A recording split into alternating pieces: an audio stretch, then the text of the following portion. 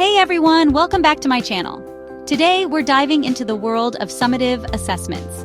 If formative assessment is like tasting the batter, summative assessment is the moment when the cake hits the judge's table. Summative assessments are your final checkpoint. That crucial "did they actually learn this?" moment. Stick around till the end because we're going to cover how to make summative assessments meaningful, not just memorable. Let's break it down. Summative assessments are like the season finale of learning. We're talking about those end-of-unit tests, final projects, research papers, and presentations. These assessments evaluate performance. Did they actually absorb the information, and can they apply it? It's showtime for those brains.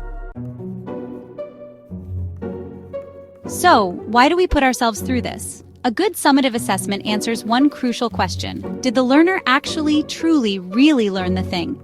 Summative assessments help us certify learning, basically give official proof that someone knows their stuff. They also measure achievement, showing us how well students have mastered specific learning objectives.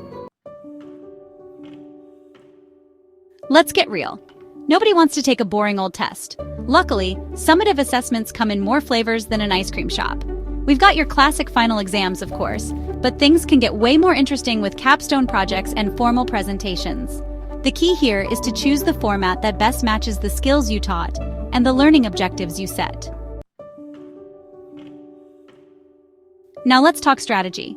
First things first, alignment is key.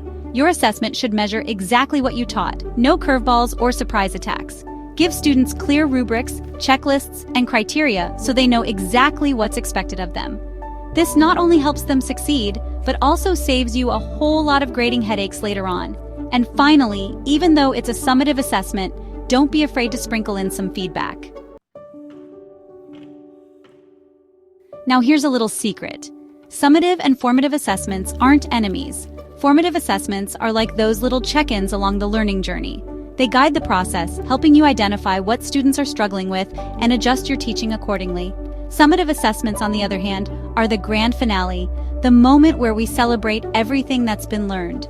They give us a clear picture of how far students have come and what they've accomplished. All right, my assessment gurus, it's time to put your knowledge to the test. What's one game-changing thing you've learned about designing awesome summative assessments? Drop it in the comments below. If this video helped you level up your assessment game, give it a big thumbs up and share it with your fellow educators. And don't forget to hit that subscribe button for more fun, quirky, and informative instructional design content. And that's a wrap on summative assessments. Who knew something that sounded so serious could actually be kinda fun? It's all about getting creative, right? Remember, the goal is to make sure our students are actually learning, not just memorizing facts and figures. Thanks for hanging out with me today, and don't forget to subscribe for more educational adventures. Until next time, stay curious, stay creative, and keep those brains buzzing.